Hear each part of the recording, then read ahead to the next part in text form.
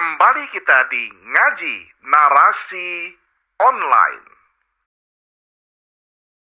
Assalamualaikum warahmatullahi wabarakatuh. Alhamdulillahil izzah. Wassalatu wassalamu ala rasulillah. Sayyidina wa maulana Muhammad ibn Abdillah. Wa ala alihi wa sahbihi wa mawalah. Amma ba'du. Allahumma salli ala Sayyidina Muhammad. Tibbil qulub wa dawaiha. Wa sihatil abdan wa afiyatiha. Wa nuril absar wa dhiyaiha. Wa qutil ajsad wa ghidaiha. Wa ala alihi wa sahbihi wa sallim. Sahabat Ngaji Narasi Online, hari ini kita ketemu lagi. Dan kita akan membahas hari ini adalah hadis nomor 28 dari bab Sabar Kitab Riyadhus Shalihin. Sebuah pelajaran melalui kisah dari Rasulullah Sayyidina Muhammad sallallahu alaihi wasallam ketika beliau sakaratul maut. Untuk itu terus saksikan sampai akhir, jangan di skip agar mendapatkan ilmu yang insyaallah akan diridhai, dirahmati, diberkahi oleh Allah Subhanahu wa taala, sembari berharap padanya memberikan, menguncurkan itu semua kepada kita. Amin ya rabbal alamin. Baik, kita bahas. Bismillahirrahmanirrahim. Wa an Anas radhiyallahu anhu qala lamma thaqala an-nabiy sallallahu alaihi wasallam ja'ala yataghashshahul karbu faqalat Fatimatu radhiyallahu anha wa karba abtah faqala laysa ala abiki karbun ba'da al-yawm falamma mata qalat ya abtah ajaba rabban da'ah ya abtah jannatul firdausi ma'wah ya abtah ila jibrila nan'ah falamma dufina qalat Fatimatu radhiyallahu anha atabat anfusuhum an tahthu ala Rasulillah sallallahu alaihi wasallam at-turaba, rawahu al-Bukhari. Hadis ini diriwayatkan oleh Anas, sahabat Anas. Ya, an Anas radhiyallahu anhu. Diriwayatkan oleh sahabat Anas, semoga Allah meridhoinya. Beliau itu menceritakan kasus yang terjadi padanya. Ya, menceritakan kisah ini, ya, di mana beliau menjelaskan lamma saqulan nabiyyu sallallahu alaihi wasallam, tatkala ya ketika penyakit Nabi ya semakin berat. Sakula di sini yang dijelaskan adalah min syiddatil marad, ya, dari sakit yang semakin berat. Ya. Kalau kita baca sejarah kan Rasul wafat itu sebelum beliau wafat beliau menderita beberapa menderita penyakit, ya. Ada penyakit pada dirinya yang ini pun dijadikan bahan bagi beberapa orang yang membenci Rasulullah SAW dengan mengatakan bahwa Nabi sakit efek dari racun yang pernah diminum oleh Rasulullah SAW. Ingatkan dulu ya, Rasul kan pernah diracun. Rasul pernah diracun, ada satu sumur, ya. Satu sumur itu lalu diminum, lalu setelah itu Nabi membacakan doa, ya, doa yang insya Allah lain waktu akan kita berikan dalam bentuk bacaan doa sendiri, ya, yang bismillahilladzi la yadurru ma'asmihi syai'un fil ardi wala fis samai wa samin alim. Lalu Rasul ludahi sumur itu, dan kemudian sumur itu menjadi obat. Ya. Dan setahu saya sumur itu saat ini sudah ditutup di Madinah itu, karena dianggap oleh kerajaan Arab Saudi menjadi sumur keramat yang nanti akan membuat orang menjadi syirik. Ya. Setahu saya kalau tidak salah sumur itu waktu dulu kami ke sana itu masih tertutup itu. Tidak tahu kalau apakah sekarang sudah dibuka kembali atau tidak. Karena banyak tuh dari daerah-daerah itu yang datang, ya, yang berangkat ke tanah suci itu bawa mobil, bawa drum-drum gitu ya, drijen-drijen itu besar-besar ngambil air dari sana. Karena dianggap air itu menjadi air obat, air sumur itu. Nah, mereka yang mengkaji Nabi Muhammad SAW dengan niatan untuk mencari keburukan, mereka menyampaikan bahwa sakitnya Nabi itu hingga beliau wafat itu karena sebab racun itu. Kalau dalam keyakinan kita umat Islam tentu bukan karena itu.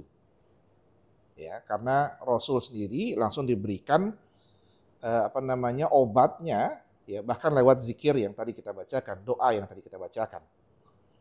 Ya. Nah,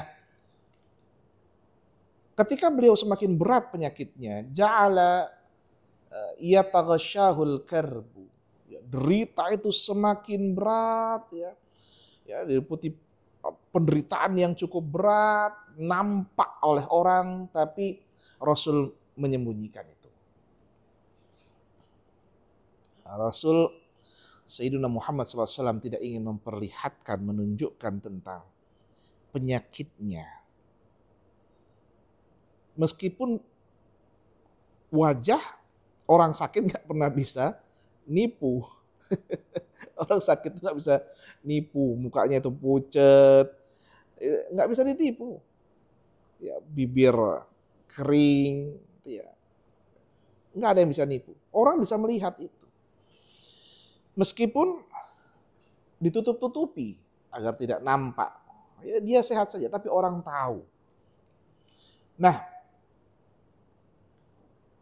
kenapa ingin tidak ditampakkan? Karena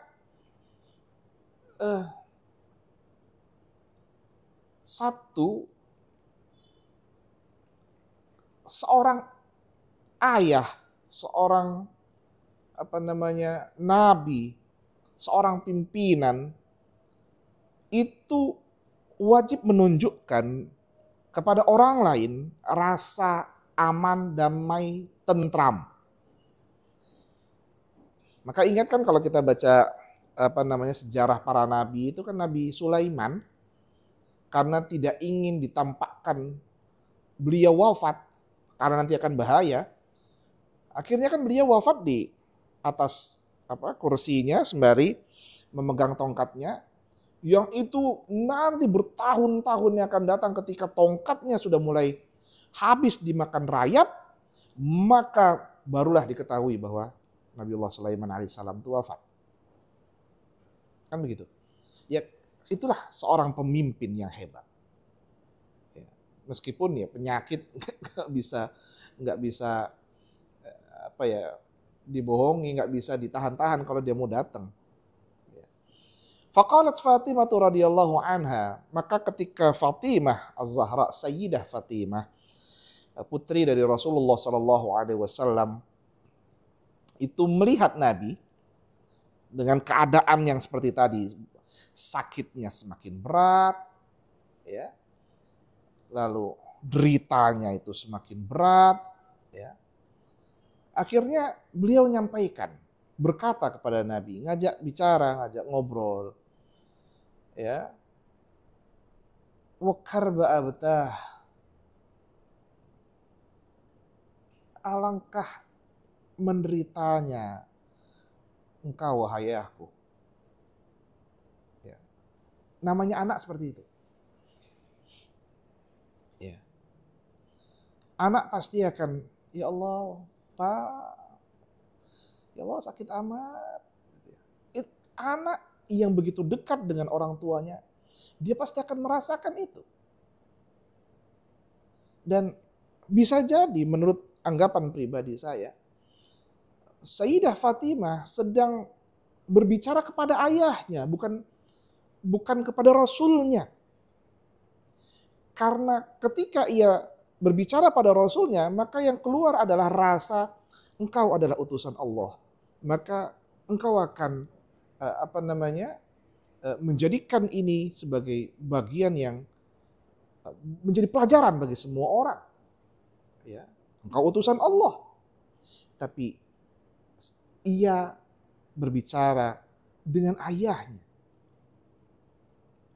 Wahai ayahku, alangkah berat deritamu ini. Ya. Ya. Karena kalau kita maknai ya, al-karbu itu kan asyiddatu min sakaratil maut. Ya. Beratnya proses terlepasnya ruh dari tubuh, sakaratul maut. Ya. Sakarat itu kan mabok. Ya kayak orang mabok. Ya. Ya ketika orang akan wafat itu kan seperti itu. Dia minta maaf kadang-kadang dia melihat sesuatu yang orang tidak lihat. Ya orang mabok kan gitu. Tapi jangan nanti disamakan dengan orang mabok yang minum minuman keras, mabok yang pakai ganja, ya, mabok karena pakai heroin dan sebagainya, ekstasi, enggak. Ya, mungkin keadaannya nampak sama, substansinya beda. Karena ketika sakaratul maut itu sakit, nauzubillah. Kok saya bisa ngomong sebegitunya? Karena Rasul yang cerita. Ya, nanti kita lanjutkan bagaimana Nabi menyampaikan itu ya. Maka saat itu Sayyidah Fatimah itu berbicara pada ayahnya, ya, wahai ayahku, alangkah berat deritamu ini. Faqala, lalu Rasulullah SAW itu bersabda, menyampaikan pada anaknya, laisa ala abiki karbun ba'dal yawm. Setelah ini, wahai anakku, wahai Fatimah, setelah hari ini tidak akan lagi ada rasa penderitaan tersebut. Engkau tidak akan lagi melihat derita yang ada pada ayahmu. Allahumma salli ala sayyidina Muhammad wa ala ali sayyidina Muhammad. Pada kesempatan ini Rasulullah sallallahu alaihi wasallam mengajarkan pada kita semua tentang dua hal. Bahwa Rasulullah sallallahu alaihi wasallam menguatkan anaknya.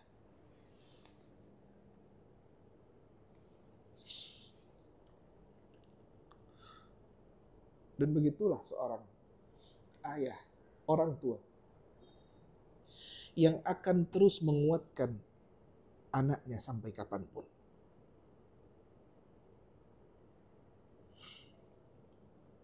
Dan Rasulullah SAW menguatkan anaknya, wahai anakku, sudah, tidak perlu engkau bersedih, tenang saja. Setelah hari ini tidak akan lagi ada penderitaan tersebut.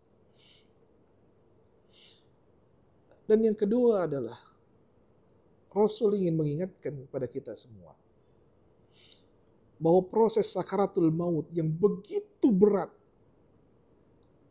adalah keniscayaan. Adalah keniscayaan. Siapapun pasti akan sampai pada proses sakaratul maut tersebut. Allahumma salli ala sayyidina Muhammad wa ala ali sayyidina Muhammad. Meskipun ada orang yang ingin menolaknya, tidak akan pernah bisa. Ia akan sampai pada tempatnya, pada ajalnya, pada waktunya. Dan Rasul mengingatkan bahwa derita sakaratul maut mungkin tidak nampak oleh pandanganmu. Kalau kita melihat, mungkin ada yang sudah pernah melihat orang yang sakaratul maut, atau tahu-tahu sudah menemukan suaminya sudah meninggal di atas kasur. Ada yang lagi nonton tahu-tahu sudah meninggal, dia tidak melihat bagaimana proses sakaratul maut suaminya atau istrinya atau anak-anaknya atau keluarganya. Atau yang melihat proses sakaratul maut seseorang tapi dia tidak bisa merasakan apa yang dirasakan oleh tubuh yang tengah sakaratul maut tersebut. Tapi Nabi ingin mengajarkan begitu beratnya sakaratul maut. Padahal Nabi adalah orang yang paling dicintai. Beliau adalah kekasih Allah. Beliau adalah penutup para nabi. Tapi mengapa masih begitu berat? Karena cerita tentang sakaratul maut itu harus tersampaikan kepada umat. Maka dibuatlah itu, dirasakan oleh Sayyidina Muhammad SAW.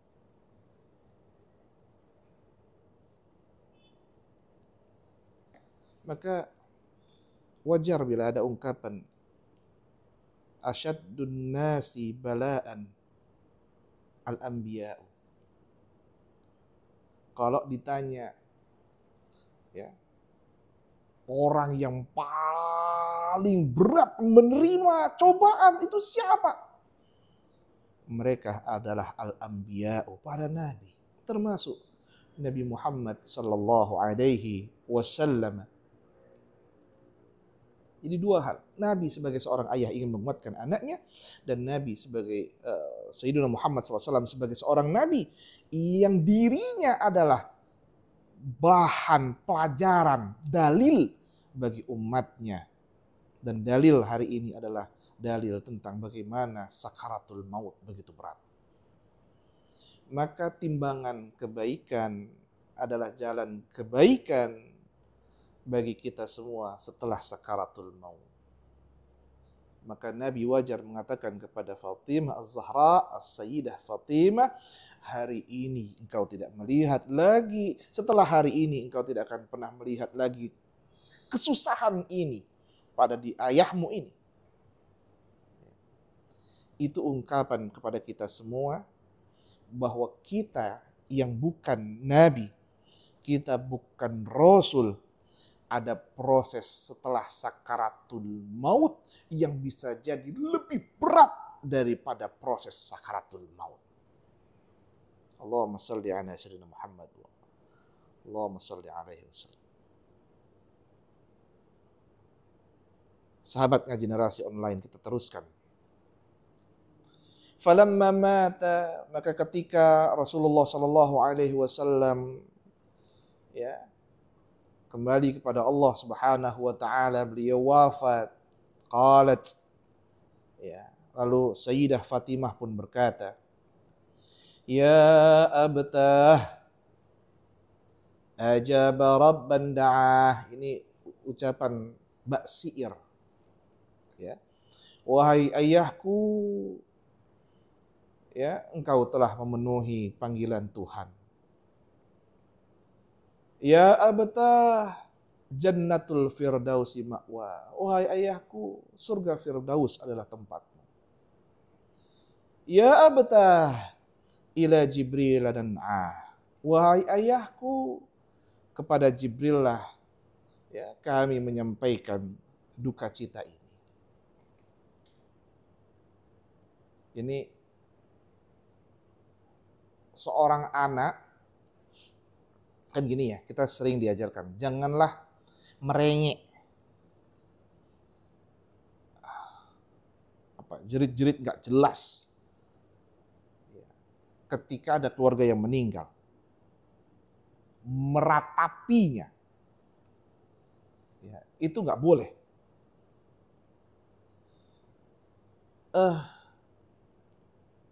Bagaimana dengan ungkapan Sayyidah Fatimah seperti ini? Ya, nanti akan kita jelaskan. Apakah dia punya implikasi? Ya, karena beliau setelah ini akan mengatakan apa? Falamma dufina qalat Fatimah radhiyallahu anha. Maka tatkala Nabi sudah didafan, sudah dikubur, ya, kalau kita bahasa Melayu ditanam, ya, setelah Nabi itu di proses penguburannya selesai, Sayyidah Fatimah berkata, ini ungkapan pertanyaan kayak, ya kalau bahasa kita nyinyir, ya, nyindir. Tapi ini ungkapan seorang anak. Apa kata beliau? Atabat anfusukum.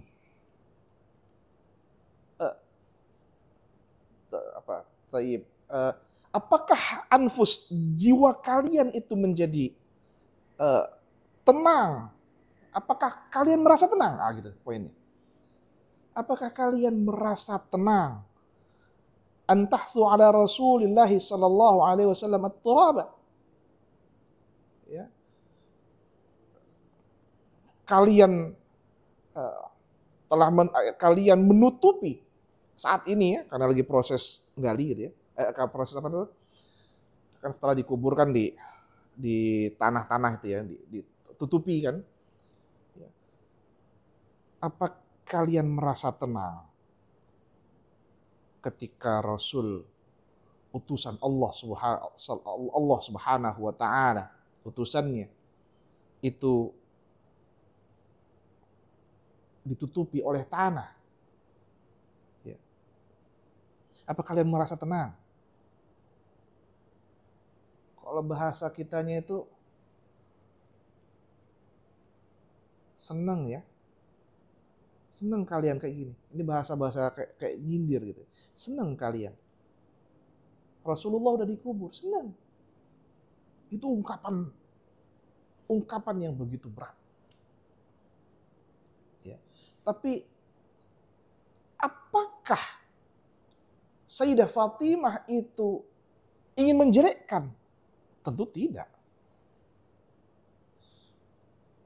Sayyidah Fatimah hanya ingin mengingatkan kepada kita semua, ini Nabi udah meninggal. Nabi sudah meninggal. Apa yang sekarang akan kalian lakukan? Kalian tenang? Kalian amankah? Tenangkah kalian setelah wafatnya Rasulullah? Tentu berat dalam diri Anas radhiyallahu anhu. Allahumma shalli ala sayyidina Muhammad wa ala ali sayyidina Muhammad. Ini pengajaran kepada kita semua. Apa pengajarannya? Yang pertama adalah hadis ini ingin mengajarkan kepada kita tentang jawazu tawajjuh lil mayyiti inda ihtidar. Tentang diperkenankan untuk lil mayyit, bagi seorang mayit itu tawajuh. Jadi ya, merasakan rasa sakit, ya, ketika itu datang, itu nggak ada masalah. Ya. Tapi bukan juga kemudian harus jerit-jerit gitu ya. Woi, sakit. Mungkin nggak begitu. Tapi dengan ketawaduan, ya Allah sakit, nggak ada masalah. Ini diperkenankan. Apakah itu kemudian dikatakan, Anda tidak terima takdir? Ini sakit dari Allah, takdir dari Allah, terima, sabar. Sabar dalam konteks sakit diperkenankan untuk mengungkapkan rasa sakitnya. Tapi ingat, dalam konteks sabar tidak berlebihan. Katakan, ya Allah sakit, oh ya Allah, ada masalah, sakit. Yaitu ekspresi tubuh ini atas derita yang diterima, nggak ada masalah. Ya. Jadi jangan sampai nanti ngomong, waduh, jerit-jerit mulu, nggak sabar tuh orang tuh. Jangan. Ya, insyaallah mudah-mudahan Allah kuatkan kita ketika kita sedang menderita penyakit. Berserah diri kepada Allah. Berserah diri kepada Allah. Yang kedua adalah jawazu dzikril mait bi sifatihi ba'da mautih. Ya. Yang kedua, hadis ini ingin menjelaskan kepada kita semua bahwa diperkenankan untuk menyebutkan, ya, menjelaskan, memaparkan tentang sifat orang yang meninggal setelah ia meninggal. Boleh. Ya, kalau di Manado itu malah punya tradisi. Ya, meskipun saya termasuk yang selalu memberikan penyampaian kalau bisa jangan terlalu lama dalam proses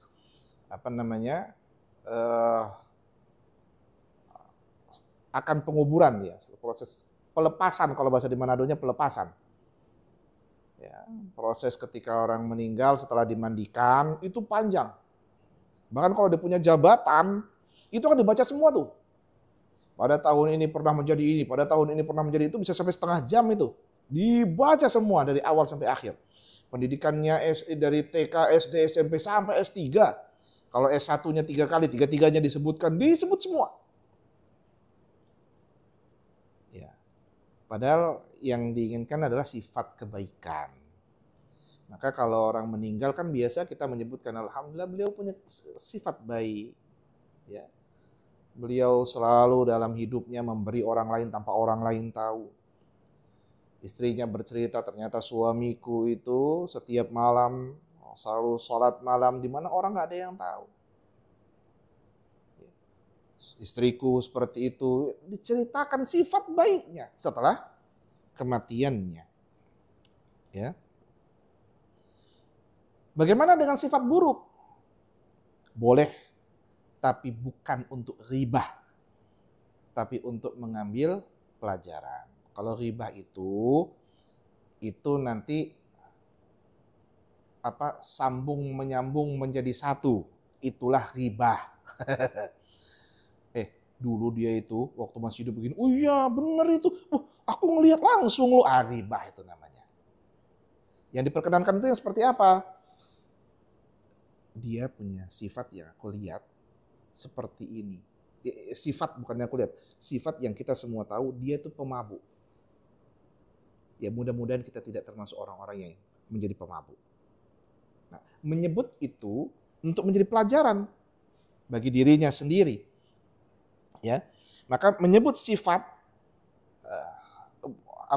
si mayit setelah ia meninggal itu diperkenankan. Itu yang kedua. Yang ketiga adalah sabrun nabi alaihi salatu wassalam ala ma huwa fihi min sakaratil maut wa syada'idihi. Hadis ini menunjukkan tentang pelajaran adanya nilai kesabaran. Yakni sabarnya Nabi Muhammad sallallahu alaihi wasallam ya, ketika berlangsungnya proses sampai kepada sakaratul maut, dan begitu beratnya sakaratul maut itu. Ya, nah, sabrun Nabi, sabarnya Nabi ini itu menjadi pelajaran buat kita semua agar juga sabar dalam proses sakit, apalagi sakaratul maut. Ya, meskipun berat ya kalau milik Nabi ya, karena tadi sudah disampaikan ya, asyadun nas balaan al-anbiya. Yang paling berat menerima bala, cobaan itu ya Nabi. Yang lain ya kita ini nggak seberapa dianggap daripada Nabi. Kita ini nggak seberapa. Ya. Maka jangan pernah merasa, ya Allah berat cobaan ini. Cobaan Nabi lebih berat. Cobaan Nabi lebih susah. Kita ini nggak seberapa. Ya. Wa hadhihi dalalatun sarihatun ala anna al-mu'min kullama kana aqwa imanan izdada ibtila'an wa imtihanan. Dan ini juga menjadi petunjuk yang sharihah, ya, petunjuk yang jelas ya, tentang orang yang beriman ketika imannya Allah kuatkan, ketika imannya kuat, ya, maka izdada ibtila'an wa imtihanan. Maka akan ya Allah tambah juga cobaan dan ujian padanya. Wala aksu bil aks, dan termasuk sebaliknya ya, kalau imannya rendah ya cobaannya rendah kan gitu. Kalau imannya kuat ya semakin kuat juga. Ya, maka jangan dikira ya orang yang udah mapan pengetahuan keagamaannya itu semakin tinggi cobaannya. Cobaan paling berat adalah cobaan popularitas. Cium tangannya, ya, Masya Allah, Allah maghfirli. Ya, mudah-mudahan kita semua selamat dari itu. Nah, ini hadis tentang sabar ketika sakit, diperkenankan untuk ngomong. Sakit itu berekspresi sakit, tapi tidak berlebihan ya. Diperkenankan juga untuk menjelaskan sifatnya. Ya. Seperti pertanyaannya Fatimah, Sayyidah Fatimah tadi. Ya. Atabat anfusukum an tahsu ala Rasulillah sallallahu alaihi wasallam at-turaba. Apa kalian merasa tenang setelah kalian mengubur Nabi, mengubur Rasulullah ini, apa jiwa kalian tenang? Ini kan menjelaskan ada sifat-sifat Nabi yang bisa jadi belum selesai di kita. Sifat-sifat kebaikan yang belum tertanam dalam diri kita. Nah, oleh karenanya perbaiki diri kita ini sebaik-baiknya untuk menghadirkan sifat baik yang itu akan menjadi amal baik ketika sakaratul maut. Dan yang terakhir adalah sabar menerima ini semua. Ingat ya, istirja. Kembalikan semuanya kepada Allah Subhanahu wa taala. Saya kira demikian. Mudah-mudahan bermanfaat buat kita semua. Semoga Allah meridhai kita. Ya Allah, manfa'na bima 'allamtana wa 'allimna ma yanfa'una warzuqna 'uluman tanfa'una wahdina subul salam. Wafaqqana Allah jami'a lima yuhibbuhu wa yardah. Assalamualaikum warahmatullahi wabarakatuh.